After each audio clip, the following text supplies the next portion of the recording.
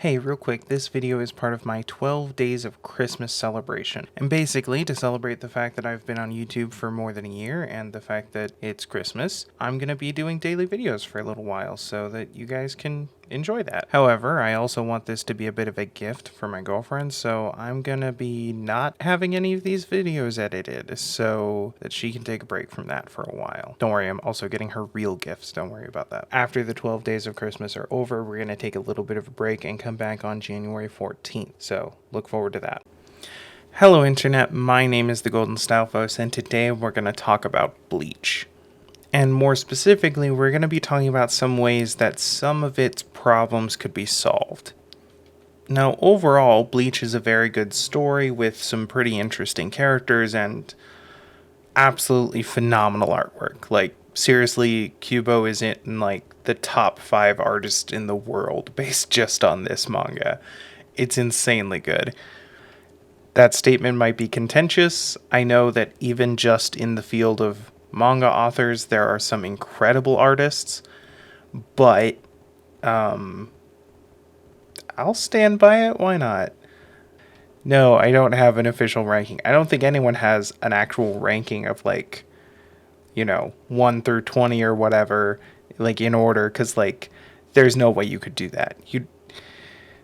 There's too many great artists, especially in the field of manga specifically. Like, maybe a tier list.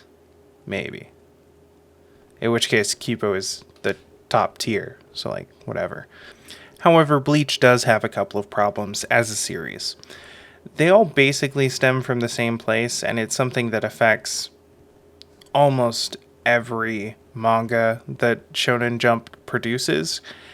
And it's just that, the format Shonen Jump is in demands high viewership and high popularity, and they're a company, so they're going to try and push people into doing the things that are popular, which means that a lot of stories that are, kind of doing their own unique thing get pushed towards being more like whatever is popular, aka more like Dragon Ball. And that anytime a story finds any modicum of success doing something, they have to do that thing again, or else. This is why when you go back and look at the arc structure for a lot of manga, you'll see a lot of arcs that feel very similar to each other. They'll have one successful tournament arc at the beginning, and then they'll try to break away from that for a little bit, but then they just have to do another tournament arc because that's what's popular.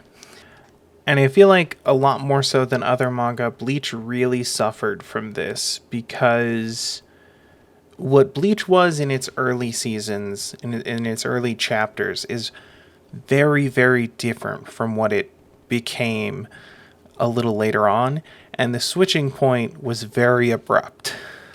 When you look back at the beginning of Bleach, we knew of one Soul Reaper, Rukia, and I guess technically 2 if you count Ichigo, and every other character who had any kind of magic abilities was just a human, and all of the threats were just mindless monsters that had to be sent to the next world, And I think a lot of people forget just how much time Bleach spent doing that, just alternating between Ichigo's school life and Ichigo's life hunting monsters and showing the intersection of those two things. And then all of a sudden in one chapter, the story shifts completely, and now it's about rescuing Rukia from a bunch of other Soul Reapers. And then you have that rescue arc for a long time. And then as soon as that rescue arc is over and people go home and they try to get back into the slice of life stuff a little bit more, bam, a new threat shows up, and now it's all about rescuing fucking Orihime from Hueco Mundo. That arc gets a little bit more set up than the Soul Society arc, but not much. And right after that, they try to go back to normal. He even completely strips Ichigo of his power so they can reset things a little bit. And in the arc that he's using to try and like reestablish the baseline and get things rolling again gets cut short, and he gets pushed into this another huge big war arc. Now, I'm not saying Kibo had no control over these story events, or that they wouldn't have happened regardless of interference. But there are some well known things, like, for example, the final chapter of the Fullbring arc wasn't even made before the final episode of the anime that was supposed to finish off that arc was being made.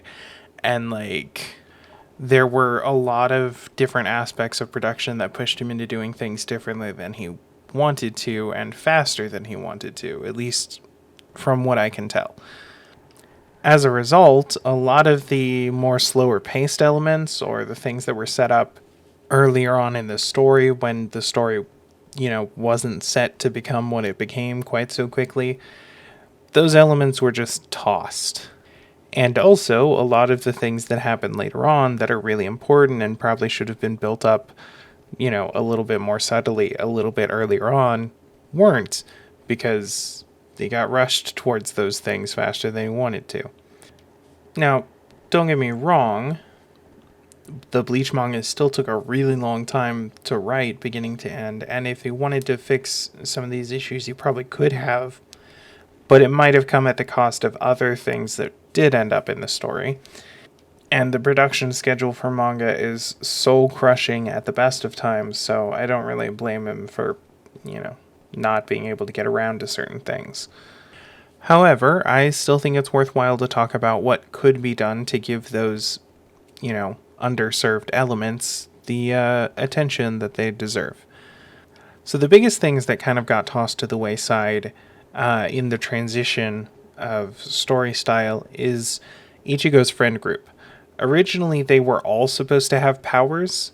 Not just Chad and Orihime, but also like Tatsuki and I think Ichigo's sister, and I'm pretty sure some of the others too.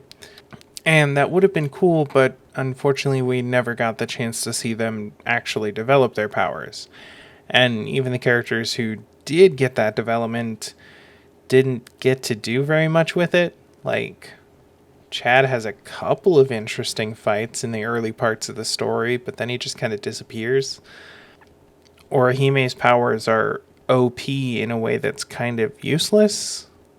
It's really just like she's the healer, but also she has to be able to protect herself because no one can hurt the waifu. It's against the rules. And like the more they try to explain her powers, the more convoluted and overpowered they seem, but she never does anything with it really. Like, she'll block an attack from a heavy hitter every once in a while, but she doesn't like fight, And I can't really speculate on what the planned powers for the other characters would have been. As far as I know, that's never been announced. I always kind of got the vibe that Tatsuki was like maybe supposed to be like a ninja-esque character if she got powers, something like that. Especially since all the Soul Reapers are like samurai themed. But then there's a ninja themed Soul Reaper, so maybe not. Actually, there's two of them, but they're like, last generation, current generation kind of deal, so whatever. But yeah, just in general, I think it would have been really cool if these characters had gotten more screen time and been able to participate in stuff more. I certainly feel like it would have made more sense than focusing on every captain and lieutenant and almost lieutenant in the entire fucking Gotei 13. Like, I kind of get why these characters are popular, and I like most of them too, but like, by the end of the manga, I was so fucking tired of it. Like, why are we spending so much time on these side battles where every fucking character is fighting a Quincy when we could just go to the Ichigo fight? Like, that arc took so long. And quite frankly, I would have been much more interested in exploring the lives and power dynamics and whatnot of characters like Chad and Tatsuki as opposed to basically anyone from the Gotei. Because, I don't know. I mean, like, they're all cool, right? But none of them really have anything besides being cool. They're all just like powerful and have cool art and do a cool thing, and they all do a different kind of cool thing, sure, but like that's it. That's fucking it. None of them feel human at all because they're just cool.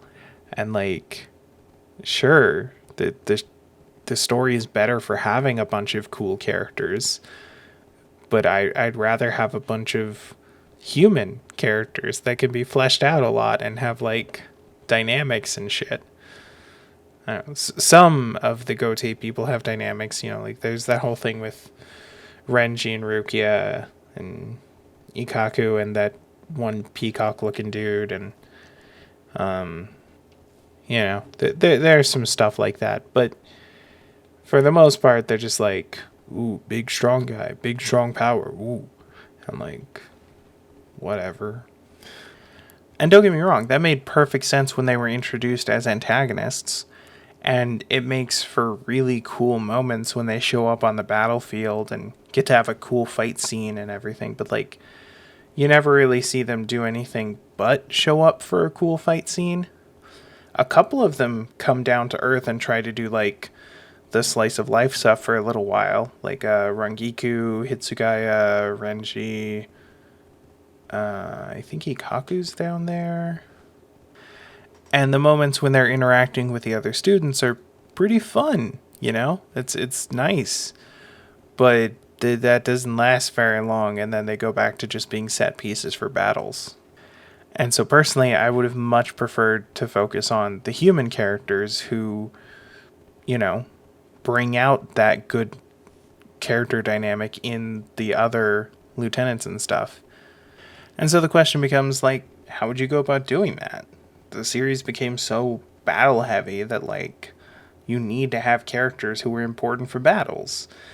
And the only way you can do both things is if you bring those weaker, you know, characterized characters and make them strong enough to participate in battles.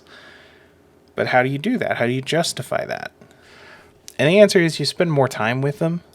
You know, like, if Chad got an entire arc where you show him, like, training and pushing through his limits and shit, then, like, people would believe that he can fight evenly with Ichigo.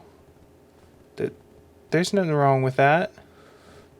I think that was the original intention of, like, the Fullbring arc, is to make the human characters more powerful so they can be more relevant. But it didn't end up working out that way, and so they just got sidelined. And the thing that makes me think that is that Chad's powers really make no sense as a Fullbring. Neither do Orahime's really, because her object is 6 sentient beings, and therefore not an object. But also, Chad's object is his hands, which is not an object either. And also, when Chad's powers were being explored at the beginning of the story, they kept having all these devil connotations, like, you know, all of the names of things in Hueco Mundo are in Spanish, and he's the only character in the story who, like, speaks Spanish at all. And also all of his attack names are, like, devil something or other. And also, when he went to Hueco Mundo, his arms got stronger, and he grew a second one. I mean, like, it seems pretty clear that they were trying to show that there was a connection between Chad and the Hollows. As to what that connection would have been, who knows? But it was something. It certainly wasn't just he really loves his fists and therefore he becomes a good puncher, because if that would make all boxers into really great punchers, don't you think? Imagine if every boxer just had Chad's arms, just like fucking... So, you know, the solution is to spend more time with the characters and develop their things more and make fit in with the foreshadowing you've already done, right? Like, and there's a couple of ways this could be done even now. I mean, for one thing, like, it's unclear if Kubo's ever going to return to writing manga, let alone writing more of the same manga. But there are and will continue to be adaptations of this manga, so, there's room to fix the original's mistakes in a new adaptation. And I think the original anime adaptation actually did try to do this to a certain extent, but it was Viz Media filler, so it was bad. Yeah. But assuming that Kubo does ever return to writing Bleach, it will probably be in a Boruto style thing where he's, doing the next generation. And I think that opens up a lot of space narratively to focus on characters, not necessarily, Chad and Tatsuki and whatnot, because they're from Ichigo's generation, but like characters like them, maybe they're kids or something. Because like a story that focuses on the next generation obviously isn't going to have like a whole lot of interaction with the Soul Reapers because they're from the old generation.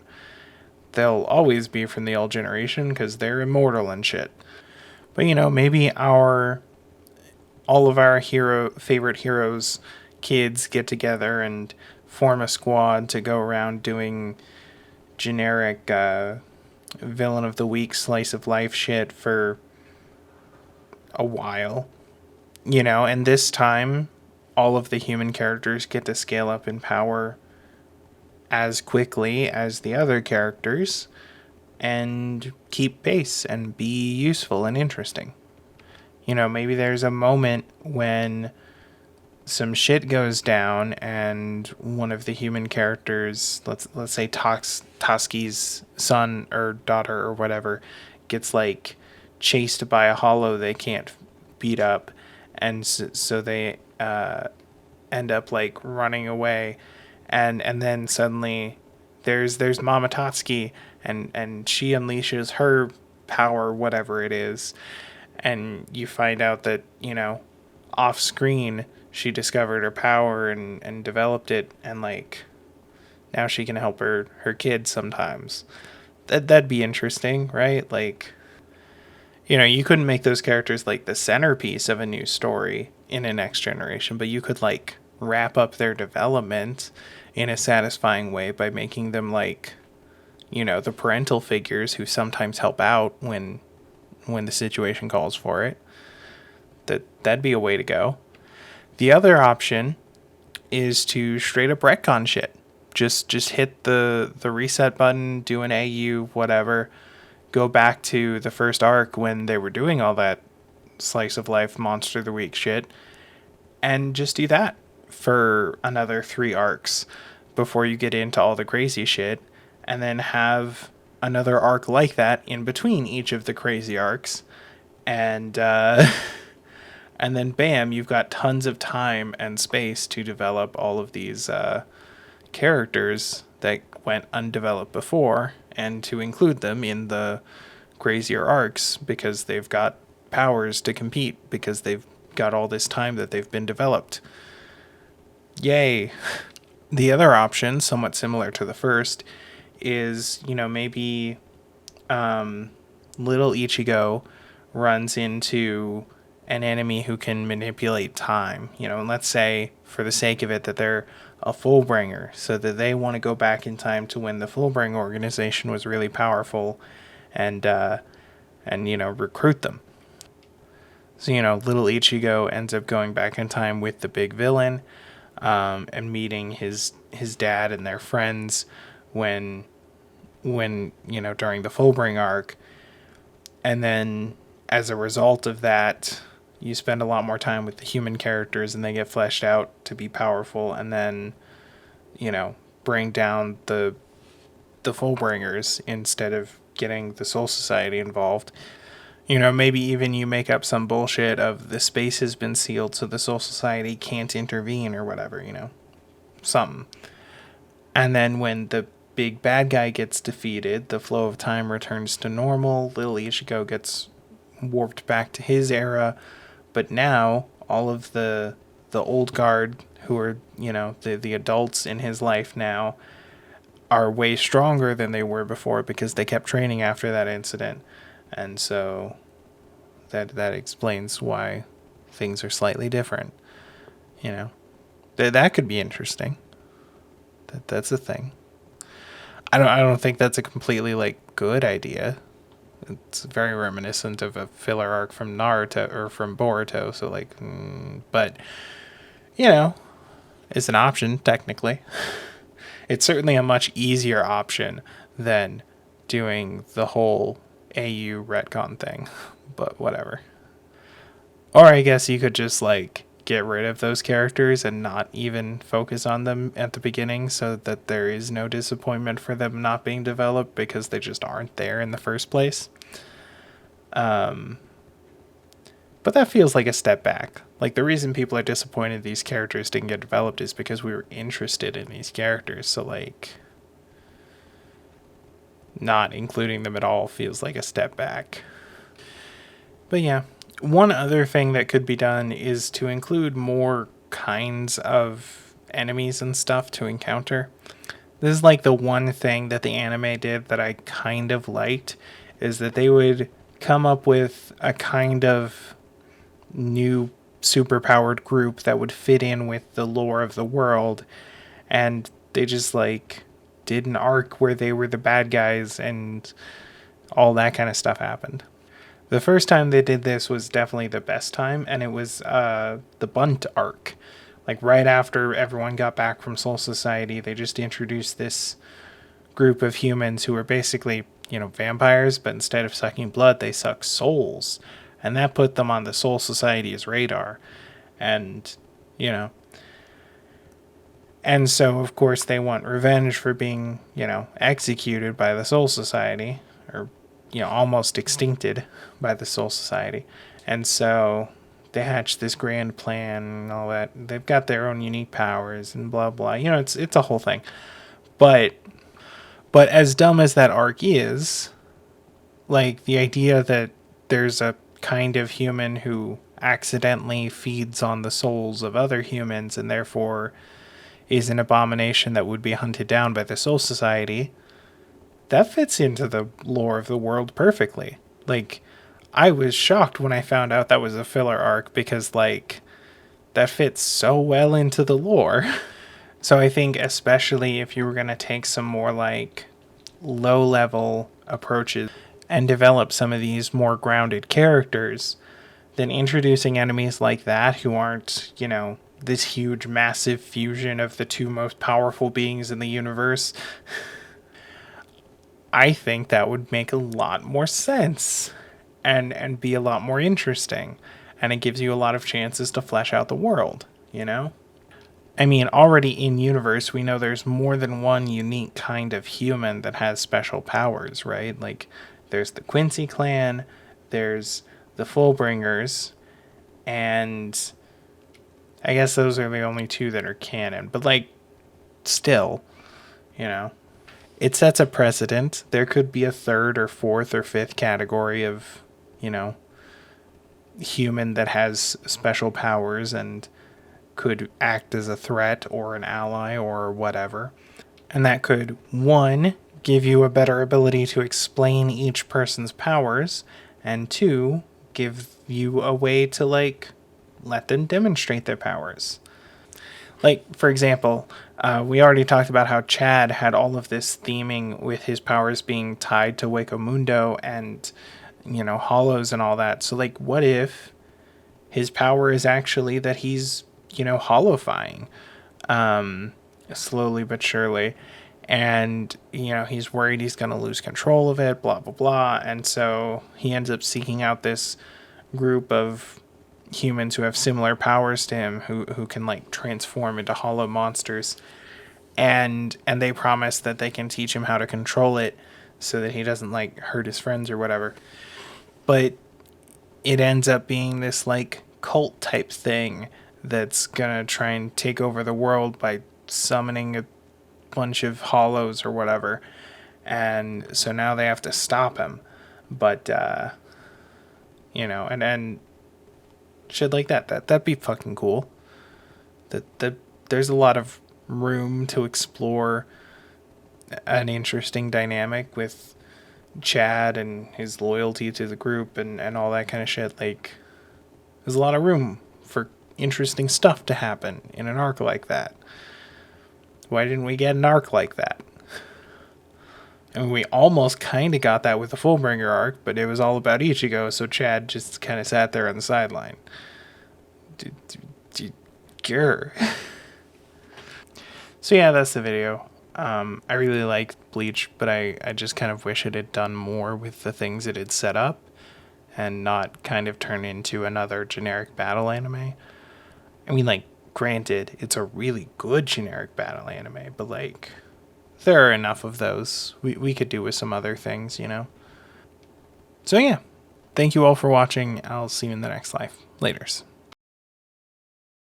Hey, Endcard here. Be sure to like, comment, and subscribe. Like, seriously though, please subscribe. I have like no subscribers. It's sad. If you want to find me on other social media stuff, you can do that at the Golden Stalfos on basically everything. Links to that are in the description, as well as to some charities I like but am obviously not affiliated with. I also have a Patreon if you like me so much that you want to give me money. Though, obviously, only do that if you have money to burn. And if you do have money to burn, they're the charities I mentioned before. They probably need it more than I do. Mad ups to my girlfriend for doing all the editing for these videos. It's a really big help. Oh, and I occasionally stream on Twitch, so follow me there so you don't miss it. I don't have a formal schedule because when I tried to have a formal schedule, I couldn't keep to it. So, oh well. Okay, thanks. Bye.